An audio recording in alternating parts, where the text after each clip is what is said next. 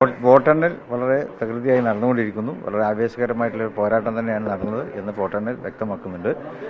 Palakkad UDF മുന്നേറിക്കൊണ്ടിരിക്കുകയാണ്. വയനാട്ടിലെ സ്ഥിതി പറയുകയും വേണ്ട. എനിക്ക് തോന്നുന്നത് രാഹുലിനേക്കാളും കൂടുതൽ വോട്ടുകൾ പ്രിയങ്ക ഗാന്ധിക്ക് കിട്ടും എന്നുള്ളത് തന്നെയാണ്. പൊതുവെ UDFിൻ്റെ പ്രകടനം വളരെ മെച്ചമാണ്.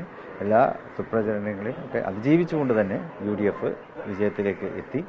ചേലക്കരയിൽ LDFന് പ്രതീക്ഷിച്ച വിജയം കൈവരിക്കുവാൻ കഴിഞ്ഞിട്ടില്ല. കഴിഞ്ഞ അസംബ്ലി തെരഞ്ഞെടുപ്പിൽ അവർ നേടിയതിനേക്കാളൊക്കെ എത്രയോ പിറകിലാണ് ഇപ്പോൾ അവർക്ക് നേടാൻ കഴിഞ്ഞിട്ടുള്ളത്. ഏതായാലും UDFിൻ്റെ ഒരു വിജയം തന്നെയാണ് ഈ തെരഞ്ഞെടുപ്പ് വ്യക്തമാക്കുന്നത്.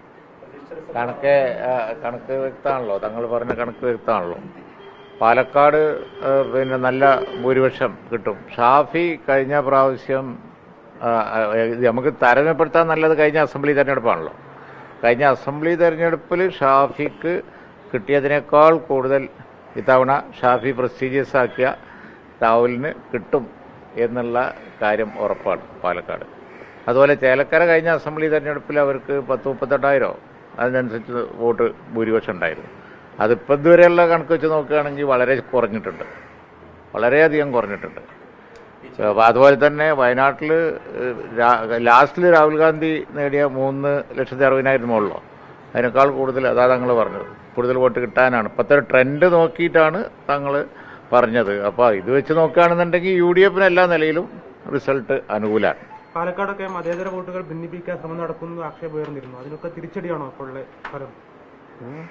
അതെ, തിരിച്ചടി തന്നെയാണ്. കാരണം BJP കേന്ദ്രങ്ങളിലാണ് രാഹുൽ മാങ്കൂട്ടത്തിൽ വലിയ തേരോട്ടം നടത്തിയത്. മുനിസിപ്പാലിറ്റി എന്ന് പറഞ്ഞാൽ പിന്നെ BJP ഉള്ളൂ. അവിടെ 9,000 വോട്ടിൻ്റെ ലീഡ് ഉണ്ടാവും എന്നൊക്കെ പറഞ്ഞിട്ട് 900 വോട്ട് പോലും ലീഡുണ്ടാക്കാൻ BJPക്ക് കഴിഞ്ഞില്ല. BJPയുടെ വലിയ തകർച്ചയാണ് പാലക്കാട് മുനിസിപ്പാലിറ്റിയിൽ കണ്ടത്. അവിടെ രാഹുൽ മാങ്കൂട്ടത്തിൽ ഒരു വെന്നിക്കൊടി പറത്തി.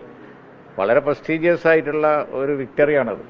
അപ്പോൾ അതുകൊണ്ട് തന്നെ UDFന് ഈ റിസൾട്ട് 3 സ്ഥലത്തുള്ള റിസൾട്ട് ഒരു കണക്കിന് UDFന് മെച്ചമാണ്.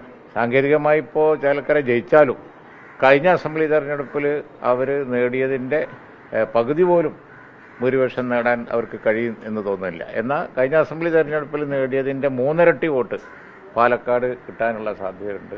അതേപോലെ വയനാട്ടിലും നല്ല വിജയം ഉണ്ടാകാനുള്ള സാധ്യതയുണ്ട്. കഴിയട്ടെ, എന്നിട്ട് ബാക്കി പറയാനുണ്ട്.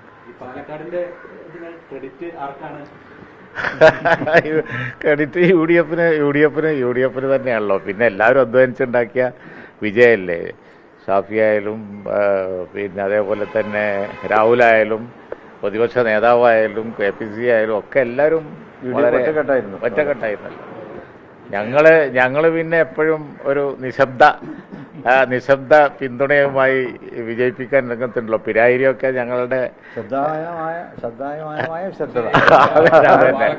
വാചാലമായ ശബ്ദ. കാരണം പിരായിരിയൊക്കെ ഞങ്ങളുടെ വോട്ട് N ബ്ലോക്കാണ്.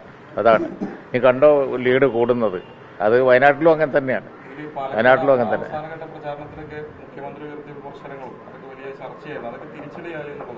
ആ തിരിച്ചടിയായതായിട്ടാണല്ലോ ഇപ്പോൾ വോട്ട് കാണിക്കുന്നത്. അവർ പറഞ്ഞ വർത്തമാനങ്ങളൊക്കെ തിരിച്ചടിയായി, എന്നുമാതിരി പരസ്യം ചെയ്തത് തിരിച്ചടിയായി. ഇതൊന്നും കേരളത്തിലെ ജനങ്ങളെ അറിയാതെ അവർ പെരുമാറിയതിന്റെ ദോഷമാണ്. മറുപടി കൂടിയായിരിക്കും ജനങ്ങൾ നൽകിയത്. നമുക്ക് റിസൾട്ട് വരട്ടെ, അപ്പൊ പറയാം. ഇപ്പൊ കണ്ടു കഴിഞ്ഞിട്ടുണ്ടെങ്കിൽ അതൊക്കെ അവർക്ക് ദോഷം ചെയ്തു എന്ന് തന്നെ മനസ്സിലാക്കണം.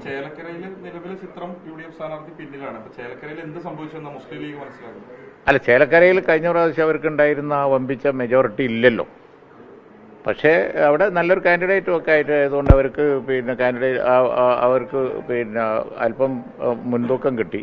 പക്ഷെ കഴിഞ്ഞ അസംബ്ലി തെരഞ്ഞെടുപ്പിൽ ഉള്ളതിനേക്കാൾ വളരെയധികം വോട്ട് കുറഞ്ഞിട്ടുണ്ട്. അത് UDFിന്റെ മെച്ചാണ്. ഭരണവിരുദ്ധ വികാരത്തിന്റെ ലക്ഷണമാണല്ലോ. ഈ സന്ദീപ് വാര്യർ വന്ന് എന്താണ് UDFിന് ഗുണകരമായതാണോ ലീഗിന്റെ ഒരു വിലയിരുത്തൽ? ഗുണമാണല്ലോ. പാലക്കാട് മുനിസിപ്പാലിറ്റിയിൽ കണ്ടില്ലേ, BJP തകർന്നില്ലേ. അപ്പോൾ സന്ദീപ് വാര്യർ വന്നത് ഗുണം തന്നെയല്ലേ. പാണക്കാട് വന്ന അന്ന് തന്നെ ഞങ്ങൾ പറഞ്ഞിരുന്നു സന്ദീപ് വാര്യർ വന്നത് ഗുണം ചെയ്യും എന്നുള്ളത്.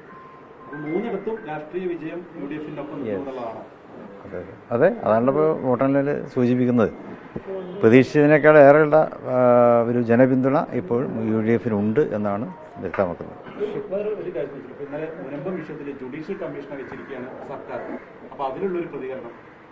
മുനമ്പം വിഷയത്തിൽ അവർ ഏകപക്ഷീയമായി ഒരു തീരുമാനം എടുത്തതാണ്. പക്ഷേ അതിൻ്റെ സ്റ്റേക്ക് ഹോൾഡേഴ്സായിട്ടും കൂടി ചർച്ച ചെയ്തിരുന്നെങ്കിൽ നന്നായിരുന്നു.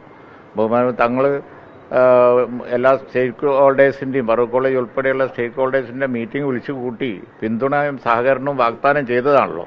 പക്ഷെ അവരൊന്നും കൺസൾട്ട് ചെയ്യുക പോലും ചെയ്തില്ല. എന്നിട്ട് ഒരു തീരുമാനം പ്രഖ്യാപിച്ചു. ഇനി കുറച്ചു കാലം കാത്തിരിക്കണം.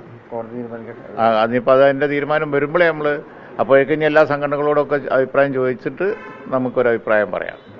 ശരി.